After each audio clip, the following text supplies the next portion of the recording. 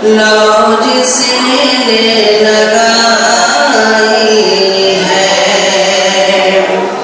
انوار رسالت سے، لو جس نے لگائی ہے وہ شمع زمانے میں بجھنے نہیں پائی ہے، سنت کے ستاروں کو، سنت کے ستاروں کو آنکھوں میں سجا کر چل، بدعت کا اندھیرا ہے اور شرک کی کھائی ہے، بدعت کا اندھیرا ہے اور شرک کی کھائی ہے، انوار رسالت سے، لو جس نے لگائی ہے، ہم بلبل شیدا ہیں گلزار محمد کے، ہم بلبل شیدا ہیں گلزار محمد کے، صیاد تڑپ جائے وہ نومسائی ہے، صیاد تڑپ جائے وہ نومسائی ہے، دشمنی کو اجازت ہے آ کر کے وفا سیکھے، یہ محفل الفت ہے نفرت سے لڑائی ہے، یہ محفل الفت ہے نفرت سے لڑائی ہے فکر کی کوتاہی بندوں کو خدا کہنا، ہے فکر کی کوتاہی بندوں کو خدا کہنا، ممتاز رسالت سے سرور کی بڑائی ہے، انوار رسالت سے، لو جس نے لگائی ہے، گلزار کے پھولوں نے جلنے کی ادا سیکھی، گلزار کے پھولوں نے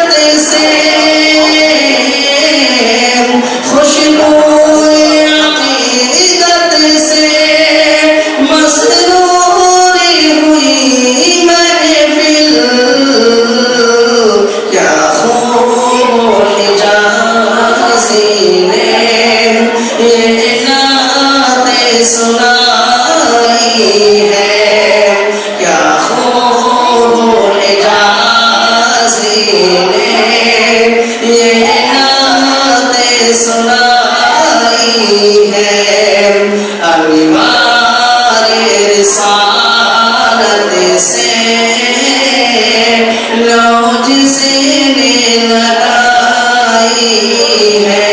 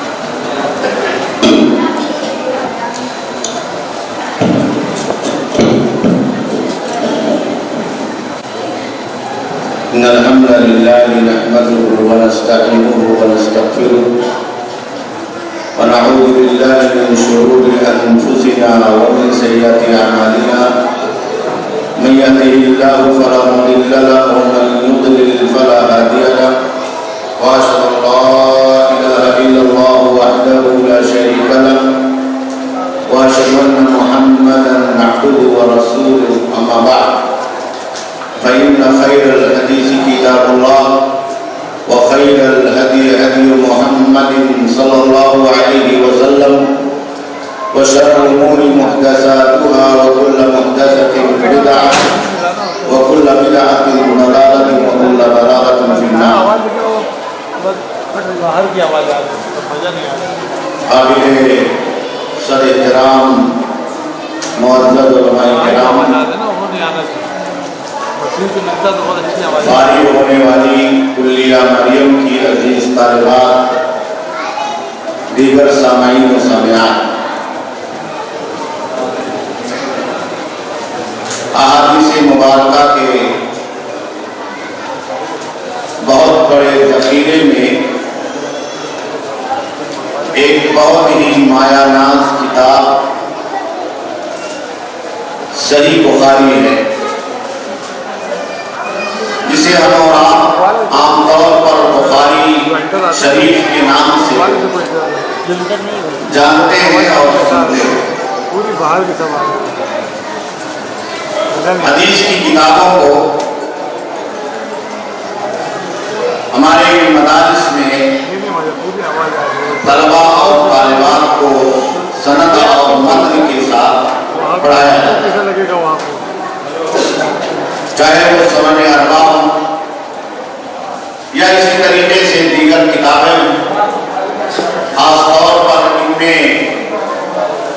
صحیحین یعنی صحیح بخاری اور صحیح مسلم، یہ دونوں کتابیں طلباء کے لیے، مدارس کے لیے اور ہم علماء کے لیے بہت ہی اہمیت اور قدر و منزلت کی حامل کتابیں ہیں۔ امام بخاری رحمہ اللہ نے بہت ہی محنت شاقہ سے 16 سال کے طویل عرصے میں ایک ایک حدیث کو چھان کر پھٹک کر 6 لاکھ حدیثوں سے انتخاب کر کے اللہ رب العالمین کے فضل و توفیق کے بعد اور اپنے اساتذہ اور مشائخ کرام کی کاوشوں اور ان کے مشوروں کے بعد اس مبارک کتاب کو جمع کیا اور اللہ رب العالمین نے اسے امت کے اندر قبول عام عطا فرمایا۔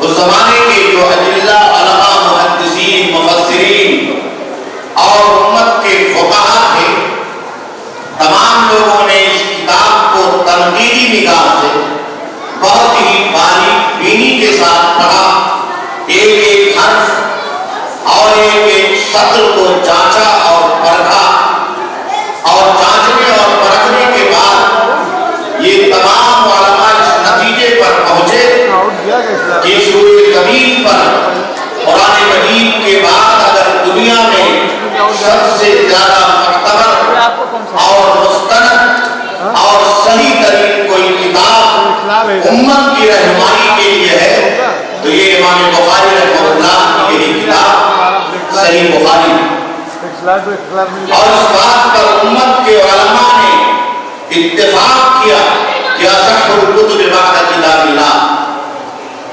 آج ہماری طالبات کو یہ شرف حاصل ہو رہا ہے کہ وہ کلیہ مریم سے فراغت حاصل کر رہی ہیں اور انہوں نے بخاری شریف کو یا حدیث کی دیگر کتابوں کو اللہ رب العالمین کے فضل و توفیق سے اپنے اساتذہ اور معلمات سے پڑھا ہے۔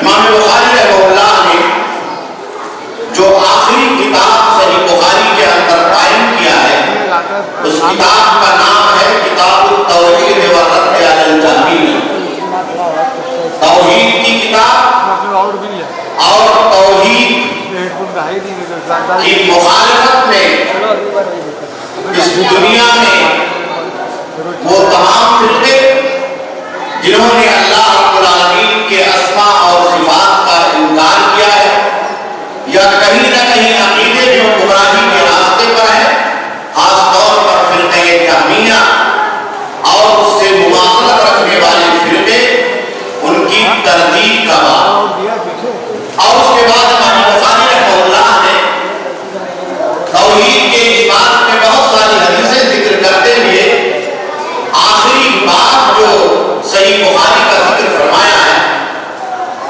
باب قول اللہ تعالی وَنَضَعُ الْمَوَازِينَ الْقِسْطَ لِيَوْمِ الْقِيَامَةِ، یہ آخری باب ہے صحیح بخاری کا، اور یہ آیت کریمہ امام بخاری رحمہ اللہ نے ذکر فرمایا ہے کہ اللہ تعالیٰ کے اس قول کا باب کہ قیامت کے دن ہم میزان حق قائم کریں گے، انصاف کا ترازو قائم کریں گے۔ اور اس کے بعد امام بخاری رحمہ اللہ نے اپنی سند سے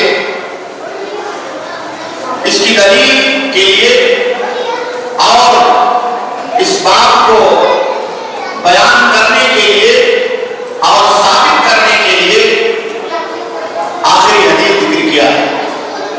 قال حدثنا احمد بن اسحاق قال حدثنا محمد بن فضيل عن عمارة بن القعقاع عن ابي زرعة عن ابي هريرة رضي الله تعالى عنه قال قال النبي صلى الله عليه وسلم كلمتان حبيبتان الى الرحمن خفيفتان على اللسان ثقيلتان في الميزان سبحان الله وبحمده سبحان اللہ العظیم۔ اور اسی معروف حدیث پر اس میں توحید کا بیان بھی ہے، اللہ کا ذکر بھی ہے، اللہ کی تسبیح بھی ہے، اللہ رب العالمین کی حمد بھی ہے، اس کی عظمتوں کا بیان بھی ہے۔ اسی حدیث پر امام بخاری رحمہ اللہ نے اپنی اس کتاب کو ختم فرما دیا۔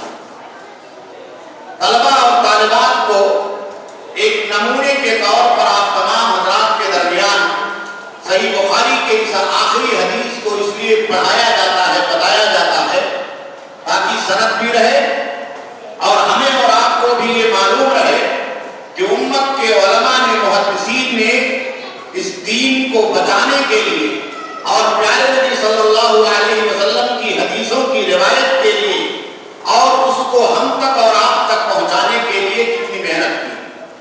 ابھی میں نے آپ کے سامنے اس حدیث کو سند کے ساتھ پڑھا۔ شروع میں جو قال حدثنا عن فلان عن فلان عن ابی ہریرہ رضی اللہ تعالی عنہ قال قال النبی صلی اللہ علیہ وسلم، یہ حصہ حدیث کا سند کہلاتا۔ سند کہتے ہیں راویوں کے اس زنجیر کو، اس چین کو، اس سلسلے کو جو اللہ کے نبی صلی اللہ علیہ وسلم تک ہمیں اور آپ کو پہنچا دی۔ امام بخاری رحمہ اللہ نے اپنی کتاب میں لکھ کر کے اس حدیث کی سند کو ختم کر دیا۔ اس کے بعد سند بیان کرنے کی ضرورت نہیں، لیکن وہاں سے جو سلسلے سند ہے، امام بخاری رحمہ اللہ نے اپنے استاد احمد بن اشکاب سے اس حدیث کو سنا اور ان کے استاد نے اپنے استاد محمد بن فضیل الضبی الکوفی سے سنا اور محمد بن فضیل الضبی الکوفی نے اپنے استاد عمارہ بن القعقاع سے سنا اور انہوں نے اپنے استاد مشہور تابعی ابو زرعہ البجلی سے اس حدیث کو سنا اور ابو زرعہ بجلی رحمہ اللہ نے مشہور صحابی رسول حضرت ابو ہریرہ رضی اللہ تعالیٰ عنہ سے اس حدیث کو سنا۔ تو یہ سننے کا جو سلسلہ ہے، اسی پر پوری حدیث کا دار و مدار ہے۔ اگر اس کے اندر انقطاع ہو جائے، اس کے اندر یہ چین اور یہ سلسلہ کٹ جائے اور سماع کے اندر کوئی خلل واقع ہو جائے کہ ہم نے حدیث کو اپنے استاد سے نہیں سنا ہے، تو وہ حدیث معتبر نہیں ہوگا۔ امام بخاری رحمہ اللہ نے ایک ایک حدیث کو جسے صحیح بخاری نے ذکر کیا ہے، اسے ان اصولوں کے اوپر تولا ہے جو حدیث کو سننے اور روایت کرنے کے بعد میں سب سے پختہ اور سب سے زیادہ مستند اصول ہے۔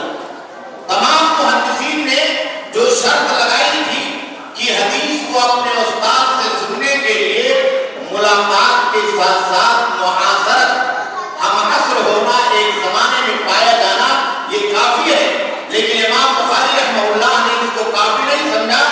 یہ شرط امام بخاری رحمہ اللہ نے الگ طور پر لگائی کہ جب تک شاگرد اور استاد کے درمیان ملاقات ثابت نہ ہو جائے، حدیث کا سننا ثابت نہ ہو جائے، اس وقت تک ہم کسی حدیث کو قبول نہیں کر سکتے۔ یہ بہت بڑی بات تھی۔ انہی کڑی شرطوں کی وجہ سے، اتصال سند کی وجہ سے اور پختہ طور پر حدیث کی روایت کو لینے، سماعت کرنے اور امت تک پہنچانے کی وجہ سے امام بخاری رحمہ اللہ کو اتنا بڑا درجہ ملا اور ان کی کتاب کو اتنا بڑا درجہ ملا کہ امت کے اندر اسے قبول عام حاصل ہوا۔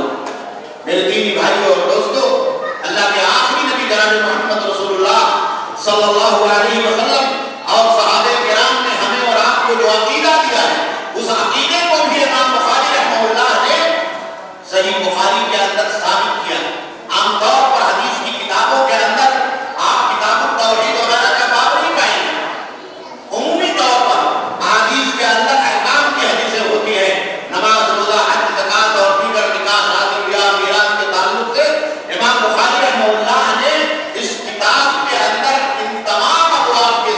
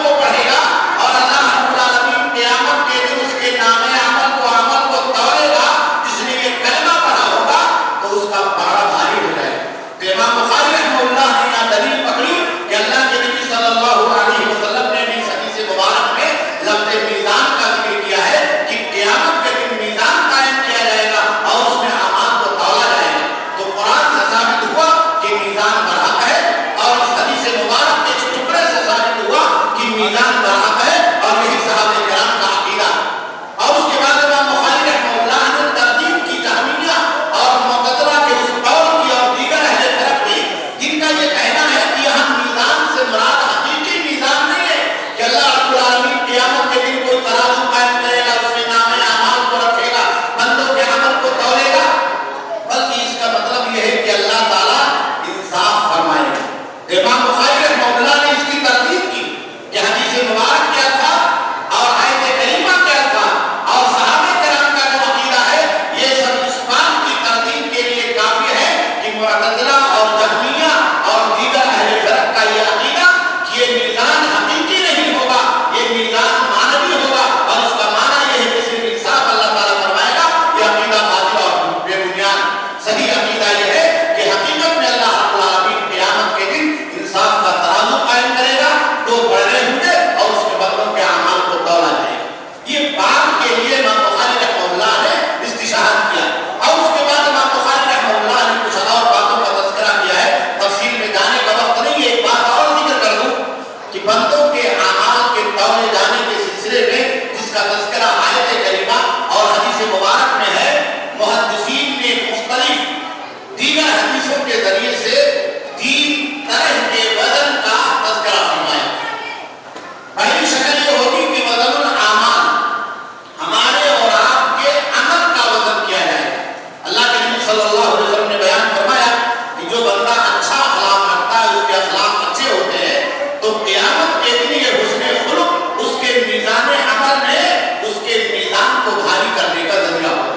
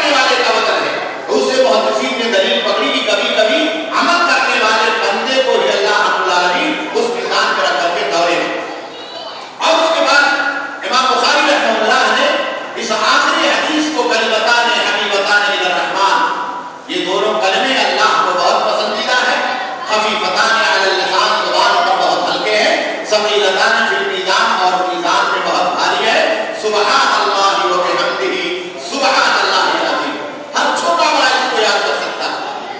بہت باریکی کے ساتھ امام بخاری رحمہ اللہ نے جہاں بعد کے لیے مضبوط استدلال کیا ہے، وہی کتاب التوحید اور توحید کو ثابت کرنے کے لیے بھی امام بخاری رحمہ اللہ نے اس حدیث کے ذریعے سے دلیل پکڑی. توحید کا اس بات کیسے ہے؟ سبحان اللہ و بحمدہ سبحان اللہ العظیم. تسبیح کا یہ کلمہ بہت پیارا کلمہ. تسبیح کا معنی ہوتا ہے اللہ کی پاکی بیان کرنا. اللہ کی پاکی بیان کرنا یہ عقیدے کا ایک بہت بڑا جزء ہے.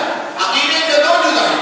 پہلا جز یہ ہے کہ ہم اللہ کی تعریف کریں، اللہ کے بہترین ناموں کو ثابت کریں، اللہ کے صفات کو ثابت کریں.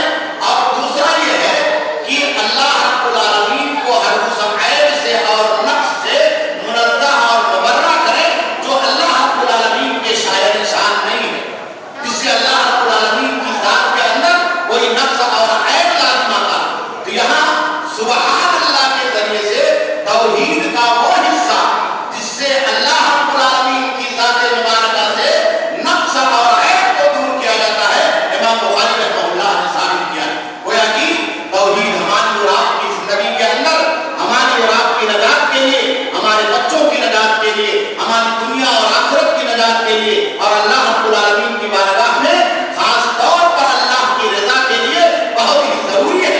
اسی لیے توحید کی اہمیت کو امام بخاری رحمہ اللہ نے ہمیں اور آپ کو سمجھانا چاہا ہے، امت کے لوگوں کو سمجھانا چاہا ہے کہ بغیر توحید کے نہ تو ہمارا ایمان مکمل ہو سکتا، نہ تو ہماری عبادتیں مکمل ہو سکتی ہیں، اور نہ تو ہمارے اعمال اللہ رب العالمین کی بارگاہ میں شرف قبولیت پا سکتے ہیں، اور نہ ہم اللہ رب العالمین کی رضامندی حاصل کر سکتے ہیں.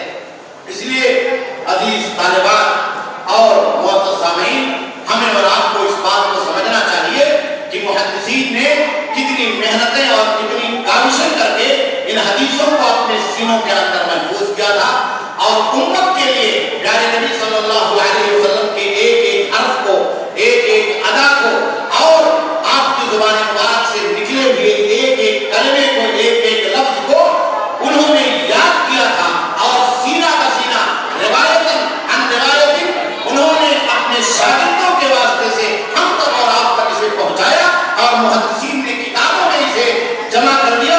اور اللہ کے نبی جناب محمد رسول اللہ صلی اللہ علیہ وسلم کی یہ حدیثیں اور آپ کی یہ پیاری سنتیں آج ہمارے اور آپ کے لیے ان مبارک کتابوں کے اندر اور احادیث مبارکہ کے ان ذخیروں کے اندر صحیح بخاری کی شکل میں، صحیح مسلم کی شکل میں، سنن اربعہ کی شکل میں اور دیگر حدیث کی کتابوں کی شکل میں سند اور متن کے ساتھ وہاں موجود ہیں. اور یہ ہماری بچیوں کے لیے، طالبات کے لیے بہت ہی سعادت مند لمحات ہیں، جس میں اللہ رب العالمین نے انہیں کلیہ مریم سے فراغت کی سعادت بخشی ہے. ان کے والدین کے لیے بھی یہ سعادت کا لمحہ ہے، اور یہ لمحہ اللہ رب العالمین ان کے لیے مبارکباد بنائے. ان کے والدین کے لیے، سرپرستوں کے لیے اور گارجین کے لیے اللہ رب العالمین سعادت مند بنائے، اور یہ بچیاں جہاں بھی رہے دنیا کے اندر خوشحال رہے. اللہ رب العالمین انہیں دین اسلام کا سچا داعی بھی بنائے، اور اپنی گھریلو ذمہ داریوں کی ادائیگی کے ساتھ اللہ رب العالمین انہیں اس علم پر عمل کرنے کی سعادت اور توفیق عطا کرے جو علم انہوں نے اس ادارے سے حاصل کیا ہے. علم کا اصل مطلب یہ ہوتا ہے کہ اسے ہم ایک زیور کے طور پر اپنی زندگی میں، اپنے عمل میں، اپنے کردار میں، اپنی زبان میں، اپنی نیتوں میں، اپنے گھریلو کاموں کا کاروبار میں اور اپنے زندگی کے تمام اونچ اور نیچ کے اندر اتار لے اور اسے سجا لے اور بسا لے، تبھی ہماری اور آپ کی کامیابی ہوگی. اللہ رب العالمین سے دعا ہے کہ اللہ رب العالمین بچیوں کے لیے ان کی فراغت کو مبارک بنائے، اور ان کے مستقبل کو اللہ رب العالمین تابناک بنائے.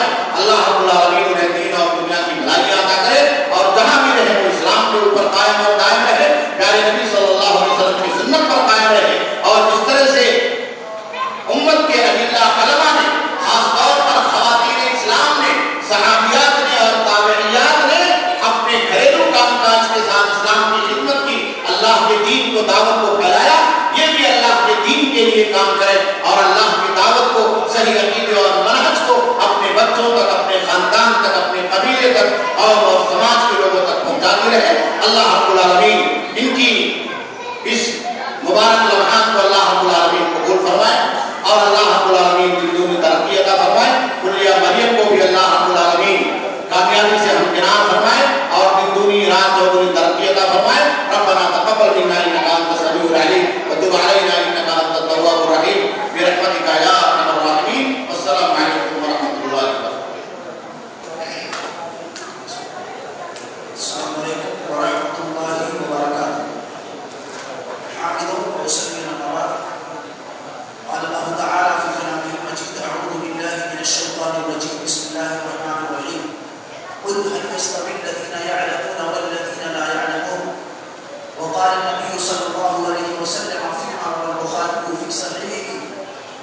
اللہ به خیرا یفقهه فی الدین۔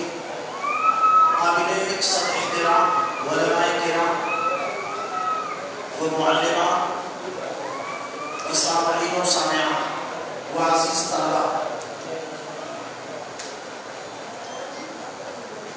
خطاب سے صرف نظر کرتے ہوئے میں سوچتا ہوں کہ آپ کے سامنے ہماری جو بیٹیاں اور بہنیں فارغ ہو رہی ہیں ان کو ذہن میں رکھ کر کے کچھ نصیحت کروں۔ مختصر وقت ہے، یہاں بچیوں کے گارجین بھی موجود ہیں۔ اللہ سبحانہ و تعالیٰ کی تعریف اور اس کی حمد ثنا کے بعد میں والدین کو، جو بچیوں کے والدین ہیں، گارجین ہیں، انہیں مبارکبادی دیتا ہوں۔ آپ کے ذہن میں یہ بات آئی کہ اپنی بچیوں کو اس ادارے میں ڈال کر کے انہیں کتاب و سنت کے قیمتی زیور سے آراستہ کریں۔ یقیناً اس میں کمال آپ کا نہیں ہے، یہ اللہ سبحانہ و تعالیٰ کی توفیق سے ایسا ہوا ہے۔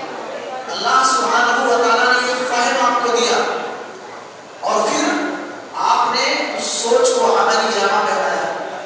کتنے ہمارے بھائی ایسے ہیں کہ جن کی بچیاں کانوینٹوں میں پڑھتی ہیں، ایسے اداروں میں ان کی بچیاں تعلیم حاصل کر رہی ہیں جہاں مرد و زن کا اختلاط ہے، لڑکے لڑکیاں ایک ساتھ ہیں، پھر وہ امتداد کی راہوں کی طرف چل پڑتی ہیں۔ ابھی پرسوں کی خبر ہے، ہمارے ایک ساتھی ہیں، نئے نئے جڑے ہیں جماعت سے، مسجد میں درس کے بعد انہوں نے ملاقات کیا، کہا کوٹ سے بھی آ رہا ہوں، وہاں کچھ لائٹ ویٹ کا مسئلہ تھا، مجھے وہ لوگ بلاتے ہیں، پولیس تھانوں میں بھی ہمارے آنا جانا ہوتا ہے، ان کا کرنا الہ آباد سائڈ کے ہیں۔ ایک بچی، نوجوان بچی، 5-6 ساتھی اس کے دوست فرینڈ غیر مسلم اور ایک غیر مسلم بچی، شادی کے جوڑے میں وہ مسلم نوجوان بچی ملبوس ہے اور آ کر کے باضابطہ کہتی ہے کہ میں نے اپنا گھر تبدیل کر دیا، ہماری شادی ہو گئی، ابھی ہم مندر سے آ رہے ہیں اور ہمارا نام سمرن، یہ اللہ کے گھر میں بول رہا ہوں۔ انہی کالجوں، یونیورسٹیوں سے ہماری بہن بیٹیاں اپنی عزت و عصمت کا سودا تو کر ہی رہی ہیں، اپنے ایمان تک کو بیچ رہے ہیں۔ ایک بڑی تعداد ان بیٹیوں اور بہنوں کی ہے کہ جو مرتد ہو چکی ہے۔ ابھی ہمارے شہر بھیمٹی کی بات ہے اور علاقہ ہے موہانا چوراہا، سنا ہوگا آپ لوگوں نے، شادی پہلے ہو چکی ہے اور پھر اس کے بعد اس کو پتا نہیں ہے، نکاح کو معلوم نہیں، پتا نہیں، اور شادی کے لیے لڑکے کا اس نے انتخاب کیا، بات چیت ہو گئی، بارات آ چکی ہے، لڑکی نے اندر سے فون کر دیا، تھانے سے آتا ہے، کورٹ کا آرڈر لے کے آتا ہے، ایک پولیس والے کو ساتھ میں لے کے آتا ہے، اندر گھس کر کے ہاتھ پکڑ کے اور کہتا ہے شی از مائی وائف، یہ ہماری بیوی، سب کے سامنے، آنکھیں لوگوں کی پھٹی رہ گئی، سب کے سامنے ہاتھ پکڑ کر کے وہ لے کے چلا گیا، بھری مجلس سے کوئی بولنے کے لیے تیار نہیں ہوا، آرڈر ہے، کاغذ کا ٹکڑا اس کے ہاتھ میں، پروٹیکشن کے لیے، حفاظت کے لیے پولیس ہے اس کے ساتھ، یہ صورت حال۔ تو جتنی تعریف اور ستائش کی جائے آپ کی اور ان ہماری بیٹیوں اور بہنوں کی اوقات ہے کہ آپ نے کسی کانوینٹ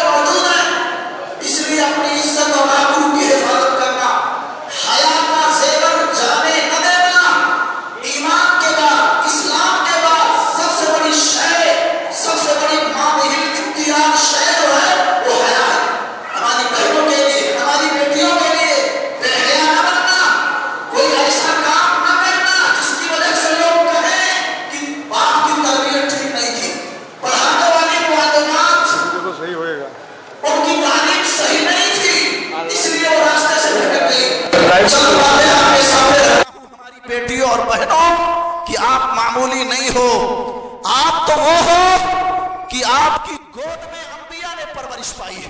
ساری مائیں اس صفت سے متصف بہرحال ہیں، ساری مائیں. اور نہیں معمولی نہیں ہے، یہ پاؤں کی جوتی نہیں ہے، انہوں نے انبیاء کو تعلیم دی ہے. صحابہ کرام آپ کی گود میں پروان چڑھے ہیں، آپ کی گود بچوں کا پہلا مدرسہ اور اسکول ہے. آپ کوئی معمولی نہیں، اس لیے یاد رکھو آپ نے قرآن کو پڑھا ہے، سنت کے زیور سے خود کو آراستہ کیا ہے، ڈھیر سارا علم لے کر کے اس ادارے سے آپ جانے والے ہو. دیکھنا علم کے حصول کے بعد جو سب سے بڑی ذمہ داری ہے وہ عمل کی ذمہ داری ہے. عمل کرنا پڑے گا، آپ کو نماز پڑھنا پڑے گا، پردہ کرنا پڑے گا. عمل اگر نہیں ہے تو یہ علم وبال جان ہے. علم کے حصول کے بعد سب سے بڑا کام کیا ہوتا ہے ایک عالم کے لیے، ایک عالمہ اور فاضلہ کے لیے؟ عمل کرنا. عمل اگر نہیں کرو گی یاد رکھو یہی علم آپ کے لیے جہنم میں لے جانے کا سبب اور ذریعہ بن جائے گا. حضرت عمر رضی اللہ تعالیٰ عنہ نے سوال کیا تھا کعب احبار رضی اللہ تعالیٰ عنہ سے، من ارباب العلم، علم والے کون ہیں؟ وہ کون لوگ ہیں جن کو کہا جا سکتا ہے کہ یہ عالم ہیں، یہ فاضل ہیں؟ تو کعب احبار رضی اللہ تعالیٰ عنہ نے کہا تھا کہ الذین یعملون بما یعلمون، عالم وہ ہیں جو اپنے علم کے مطابق عمل کرتے ہیں. اگر آپ کی زندگی میں عمل نہیں تو بیکار ہے. تو علم کے حصول کے بعد سب سے ضروری کام کیا ہے؟ عمل کرو. نمازوں میں کوتاہی نہیں. سب سے پہلے اپنے گھر کے اندر موجود اندھیرے کو ختم کرو، روشنی بہن پہنچاؤ اپنے گھر کو. اپنے پڑوس کو دیکھو، اپنے بھائیوں کو دیکھو، اپنی بہنوں کو دیکھو، اپنی ماں کو دیکھو. جو کمزوریاں ہیں انہیں دور کرنے کی اپنے اندر سے کوشش کرو. تو عمل ہے. پیارے مصطفیٰ صلی اللہ علیہ وسلم کہا کرتے تھے اللہم انی اعوذ بک من علم لا ينفع ومن قلب لا یخشع ومن نفس لا تشبع ومن دعوت لا يستجاب لها. اللہ ایسے علم سے میں تیری پناہ چاہتا ہوں جو علم نفع بخش نہ ہو، عمل پر ابھار نہ سکے، آدمی کو عمل پر آمادہ نہ کرے. ایسے علم کی اللہ ہمیں ضرورت نہیں ہے. ہمیں ایسا علم عطا فرما جو علم ہمیں عمل پر مجبور کرے، جو علم عمل کے اوپر ہمیں باضابطہ آمادہ کرے.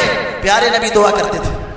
تو ایسا علم نفع بخش ہے، جنت میں لے جانے کا سبب بن جائے گا جس علم کے مطابق عمل بھی ہو، جس علم کے مطابق عمل ہو. حشر کے میدان میں جہاں سوالات کئی ایک کیے جائیں گے، ایک سوال یہ بھی ہوگا ماذا عمل فیما علم.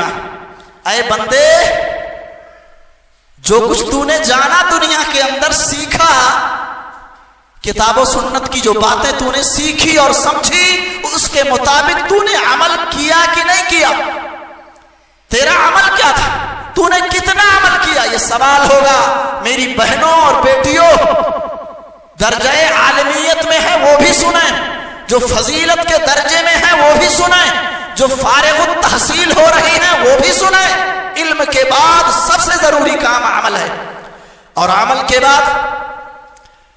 کے بعد دعوت دینا، سمجھانا ہے. لقمان علیہ السلام نے اپنے بچے کو توحید کی تعلیم دی، توحید بتایا. کہا یہ دنیا کا سب سے بڑا ظلم ہے شرک. توحید سے ہٹ کر جو زندگی گزارے وہ اللہ کا سب سے بڑا غدار ہے، بے وفا ہے، اور سب سے بڑا ظلم ہے یہ شرک.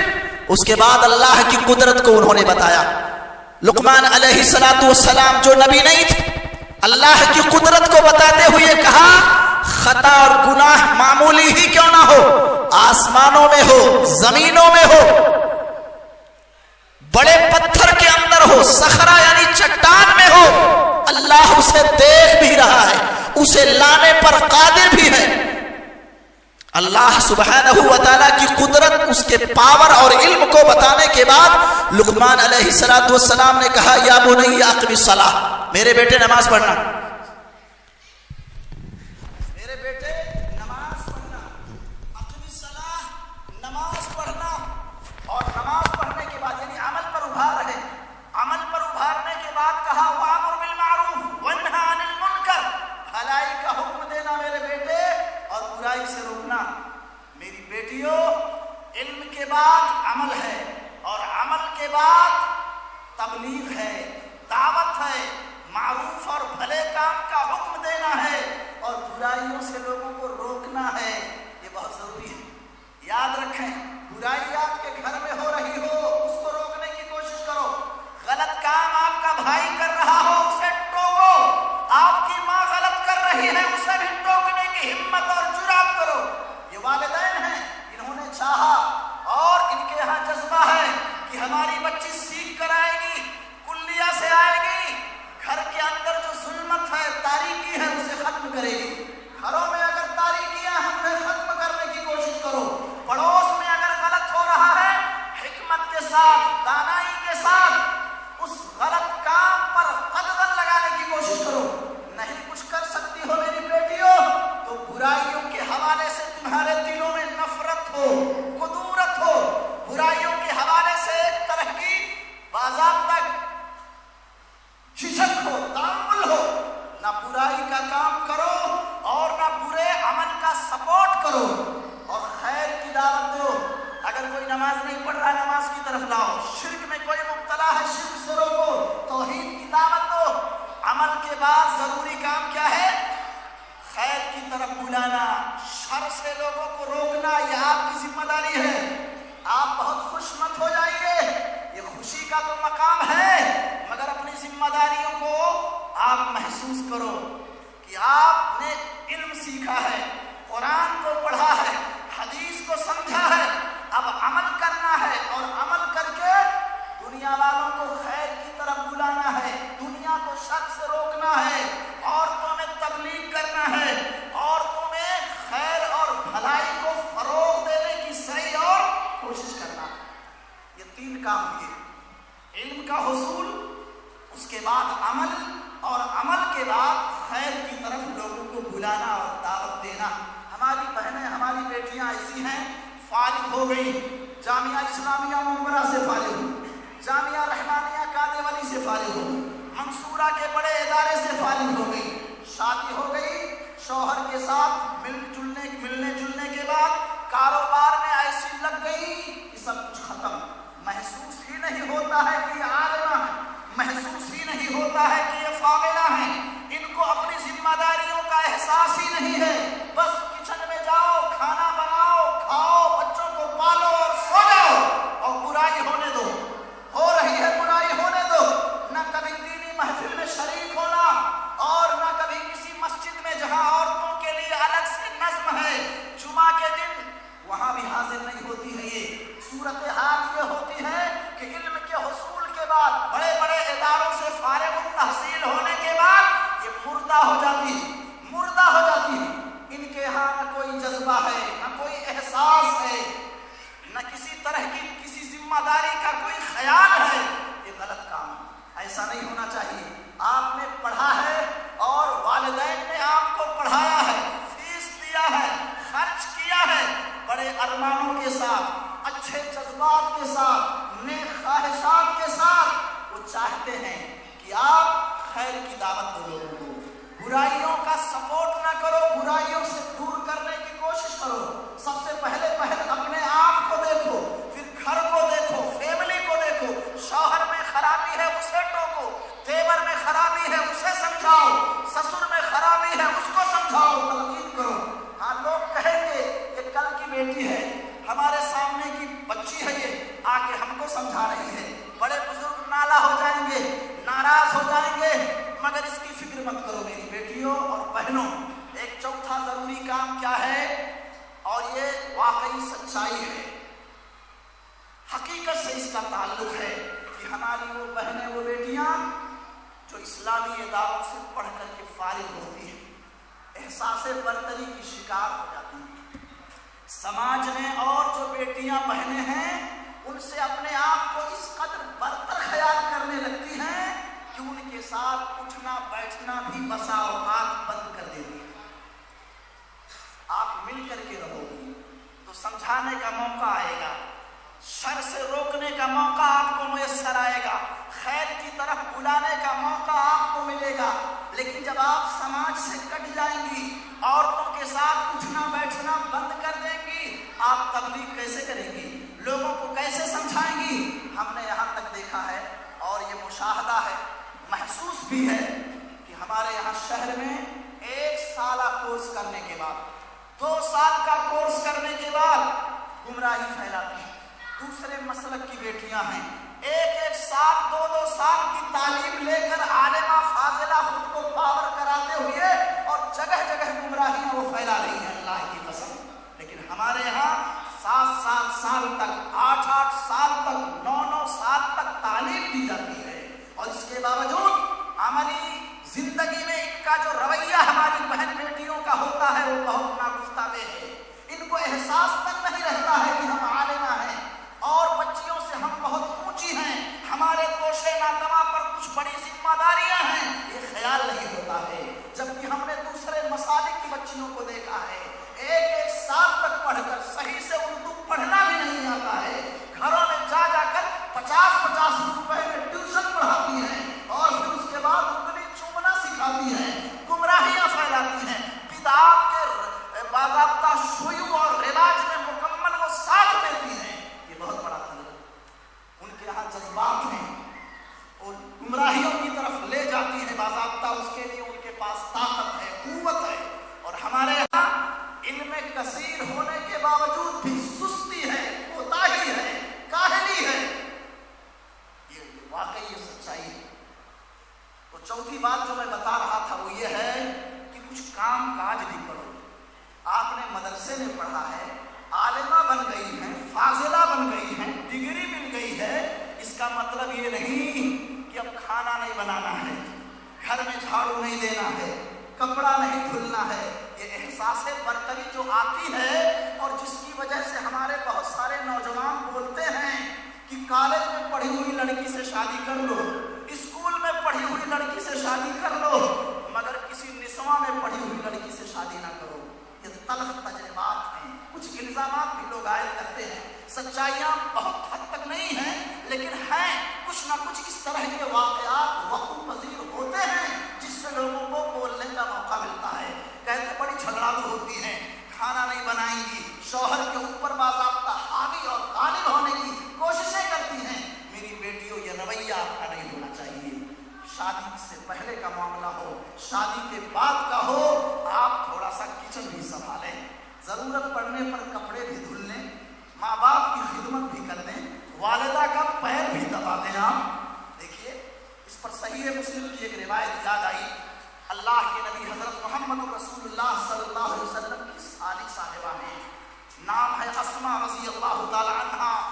عائشہ رضی اللہ تعالی عنہا ام المومنین کی بہن ہیں, شہزادی ہیں اور شادی کس سے ہو رہی ہے؟ آپ کس سے شادی کرو گے؟ آپ کیا کہتے ہیں؟ کروڑ پتی چاہیے. وہ نشہ کا عادی ہوتا ہے اور کروڑ پتی دیکھ کر شادی کیا, 4 مہینے کے بعد طلاق ہو گئی.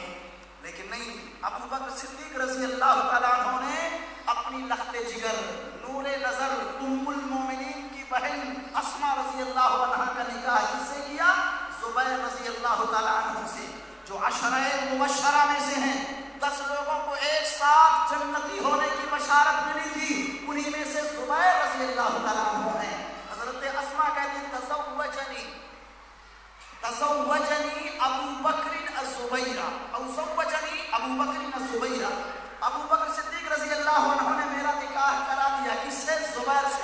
زبیر رضی اللہ عنہ حوالی رسول ہیں, نبی کے پھوپھی ذات بھائی ہیں زبیر رضی اللہ تعالیٰ عنہ, اور حضرت اسماء شہزادی ہیں, بڑے گھرانے کی ہیں, قریش خاندان سے ان کا تعلق ہے. بہرحال دونوں کا تعلق ہے. لیکن دیکھیے شادی کے لیے نیکی اور پرہیزگاری کو سامنے رکھا, مد نظر رکھا ابو بکر صدیق رضی اللہ تعالیٰ عنہ. اسماء رضی اللہ تعالیٰ عنہ خود بتاتی ہے, ہماری فاضلات اور عالمات بہنیں بغور سنیں، شہزادی ہیں، نبی کی سالی ہیں، شادی ہو رہی ہے ایسے شخص سے جن کے جنتی ہونے کی بشارت محمد الرسول اللہ صلی اللہ علیہ وسلم کی مبارک زبان سے ملی ہے، اور کہتی ہیں کہ ان کے پاس کوئی مال نہیں، زمین پر ان کے پاس کوئی مال نہیں، میرے شوہر ان کے پاس کوئی مال نہیں، لیس لہ من مال ولا مملوک ولا شیء، نہ تو کوئی مال، نہ تو کوئی غلام اور خادم، اور نہ کوئی اور چیز، کچھ نہیں، بس غیر ناظر وغیر فارسی، بس دو چیزیں، میرے شوہر زبیر رضی اللہ عنہ کے پاس ایک گھوڑا تھا اور ایک اونٹ تھا، بس ایک اونٹ اور ایک گھوڑا۔ حضرت اسماء رضی اللہ تعالیٰ عنہ بتاتی ہے میرا کام کیا تھا شادی کے بعد، یا شادی سے پہلے بھی یہ کام نہیں کرتی، اکثر اداروں میں پڑھنے والی بچیاں کام چور ہو جاتی ہیں، بہت ہی تلخ بات ہو سکتا ہے یہ آپ کے لیے ہو، مگر یہ سچائی ہے، کام چور ہو جاتی ہیں، سست ہو جاتی ہیں، اور وہ سمجھ لیتی ہیں کہ اب کائنات میں ان کے برابر کوئی ہے ہی نہیں، اتنا اونچا خود کو خیال کر لیتی ہیں کہ پوری دنیا کو کیڑا مکوڑا خیال کرتی ہیں، بعض بیٹیاں، بعض بہنیں، یہ رویہ آپ کا نہیں ہونا چاہیے۔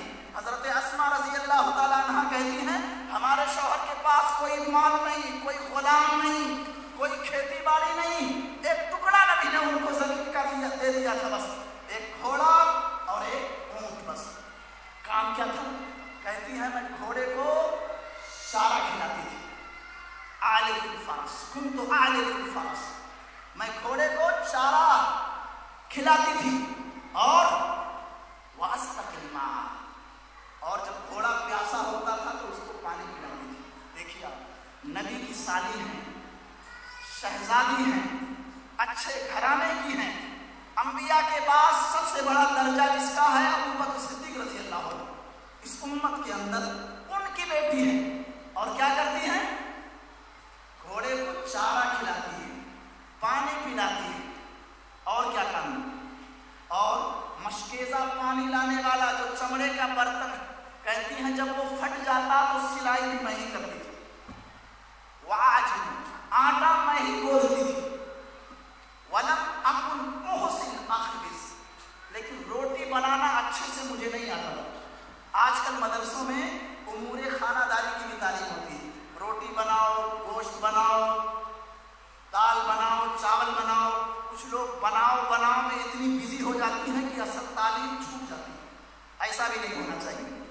کھانا وانا بنانے میں، کپڑا سلنے میں، اس پر بھی زور ہو، لیکن اصل تعلیم ہے، اصل تعلیم۔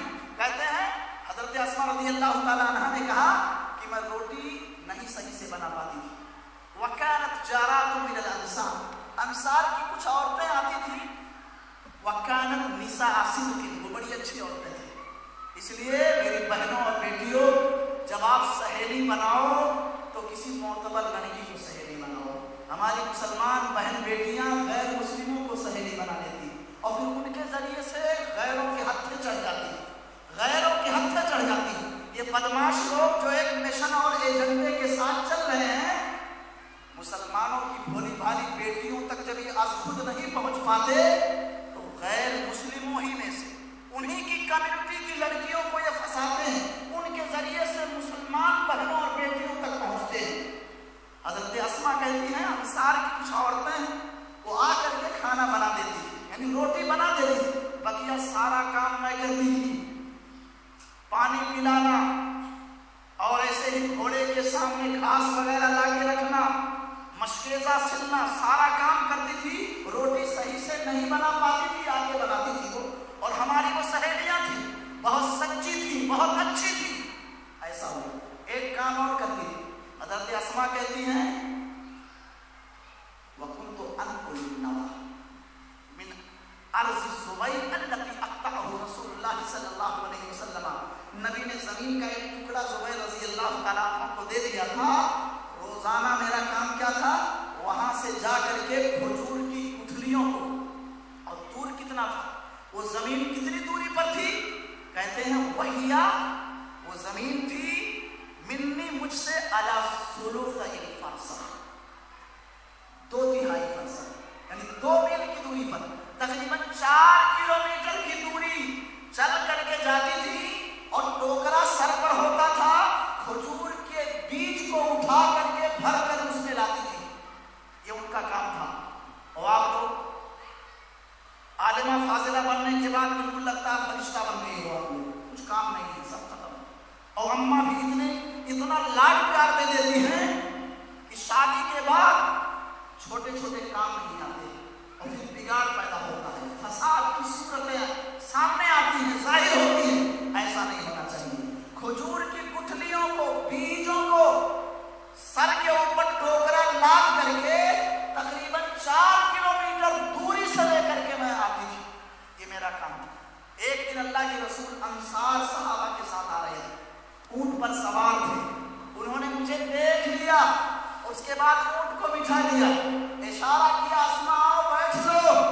حضرت اسماء رضی اللہ تعالیٰ عنہ فرماتی ہیں استحییت، مجھے شرم آئی، ان اسیر مع الرجال، ہے تو نبی ہیں، نبیوں کے سردار ہیں، سید العرب والعجم ہیں، ہمارے بھائی جان ہیں، نبی کے بارے میں کوئی بات سوچی نہیں جا سکتی ہے. لیکن مجھے شرم آئی کہ نبی کے ساتھ اور انصار صحابہ ہیں، کیسے میں سوار ہوں. میں نے جھجک محسوس کیا. میرے تعامل کو جب پیارے حبیب نے دیکھا تو آپ پھر چل پڑے، سمجھ گئے کہ لگتا ہے بیٹھنا نہیں چاہیے. ایک بات اور انہوں نے کہا تھا، حضرت اسماء رضی اللہ عنہا نے، میرے شوہر زبیر یاد آ گئے. جب مصطفیٰ نے کہا آؤ بیٹھ جاؤ تو میرے شوہر زبیر یاد آ گئے. وَذَكَرْتُ غَيْرَتَهُ، میرے شوہر زبیر کی غیرت یاد آ گئی. کہیں میرے شوہر ناراض نہ ہو جائیں. میری بیٹیوں، یہ غیرت اخلاق کا ایک حصہ ہے، اس کا سودا نہیں ہونا چاہیے.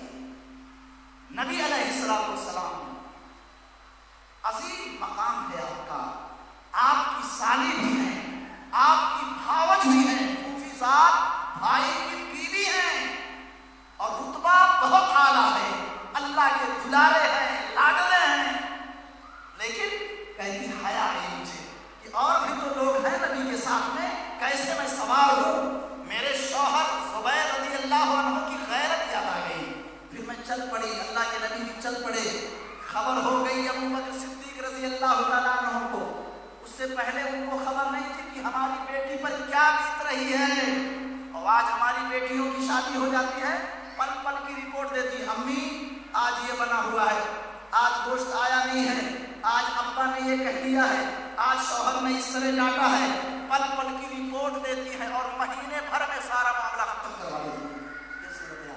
برداشت کر رہی، اچھے گھرانے کی ہیں، آٹا بھی گوندھنا پڑ رہا ہے، روٹی بنانے کی بھی ذمہ داری ہے، اور گھوڑے کو چارہ دینے کی بھی ذمہ داری ہے، کھجور کی گٹھلیوں کو لانے کی بھی ذمہ داری ہے. یہ سب کچھ خوشی خوشی برداشت کر رہی ہیں، حرف شکوہ زبان پر نہیں لا رہی. ابو بکر صدیق رضی اللہ تعالیٰ عنہ کو اس کے بعد جب خبر لگی، حضرت اسماء کہتی ارسلنی او ارسل الی بخادم تکفینی بسیاست الفارسی. انہوں نے ایک خادم بھیجا اپنی بٹیا کے پاس. ابو بکر صدیق رضی اللہ عنہ نے ایک خادم بھیجا. جب خادم آیا تو باہر کا کام وہ کر لیتا تھا، گھوڑا چرانا، پانی پلانا، کنویں سے پانی بھر کر کے لانا، یہ سارا کام وہ کر لیتا تھا. مگر اندر کا کام اب بھی مجھے کرنا پڑتا تھا. مگر خالد کے آنے سے اتنا اچھا ہو گیا معاملہ، کأنما اعتقنی. میرے والد محترم ابو بکر صدیق رضی اللہ عنہ نے ایک خادم کیا بھیجا، ایسا لگا کہ جیسے انہوں نے مجھے غلامی سے آزاد کر دیا ہے. باہر کا کام جب وہ سنبھال لیتا خادم تو اندر کے کام آسانی سے میں کر لیتی تھی. یہ صحیح مسلم کی روایت ہے، بہت سارے اسباق ہیں، بہت سارے دروس ہیں اس حدیث کے اندر. میری بہنوں اور بیٹیوں، ایک آخری بات، بس 1-2 منٹ کی بات ہے، وہ یہ ہے کہ آپ اپنے اخلاق کو صحیح کرو. اخلاق بہتر ہونا چاہیے، نرمی کا مظاہرہ، تواضع ہو، ترفع نہیں کہ آپ سب سے اونچی، سنسار کی سب سے اعلیٰ درجے کی لڑکیاں آپ ہو. یہ خیال جب آ جائے تو پھر آپ دوسروں کو کیڑا مکوڑا سمجھو گی. یہ خیال ہے، یقیناً آپ اونچی ہو، آپ رفعت اور